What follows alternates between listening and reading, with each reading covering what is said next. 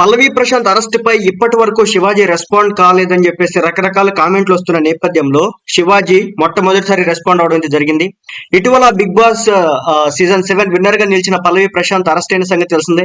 Big boss house నుంచి బయటకు వచ్చాక పోలీసులు చెప్పినా వినకుండా వాళ్ళతో రూడ్ గా బిహేవ్ చేసి ఊరేగింపు చేసుకుంటూ వెళ్లడం, దీంతో ప్రశాంత్ అభిమానులు రెచ్చిపోయి రోడ్డు మీద జనాలను వాహనాలను ఇబ్బంది పెట్టడం, ఈ ఘటనలో పలు ప్రైవేట్ గవర్నమెంట్ వాహనాలు దెబ్బతినడంతో పోలీసులు అయితే కేసు నమోదు చేశారు.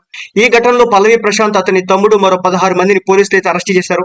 ప్రశాంత్ కి 14 రోజుల రిమాండ్ కూడా విధించింది కోర్టు. ప్రస్తుతం ఈ కేసు కోర్టులో నడుస్తుంది. ప్రశాంత్ అరెస్ట్ పై పలువురు అభిమానులు, నెటిజన్లు, బిగ్ బాస్ లో పాల్గొన్న కంటెస్టెంట్స్ స్పందిస్తూ విచారం వ్యక్తం చేస్తున్నారు. హౌస్ లో శివాజీ, పల్లవి ప్రశాంత్ ఎవరు ఒక గ్రూప్ గా ఉండి ఆడిన సంగతి తెలిసిందే. తాజాగా పల్లవి ప్రశాంత్ అరెస్ట్ తర్వాత మొదటిసారి శివాజీ స్పందిస్తూ ఓ వీడియో రిలీజ్ చేశారు.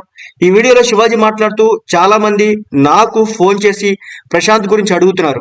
ప్రశాంత్ ఎలాంటి వాడో అందరికి తెలుసు, చాలా మంచివాడు. కాకపోతే చిన్న వయసులో గెలిచాను అనే ఆనందంలో, అందరినీ కలవాలి అనే ఒక సంతోషంలో అతను అలా వెళ్ళాడు.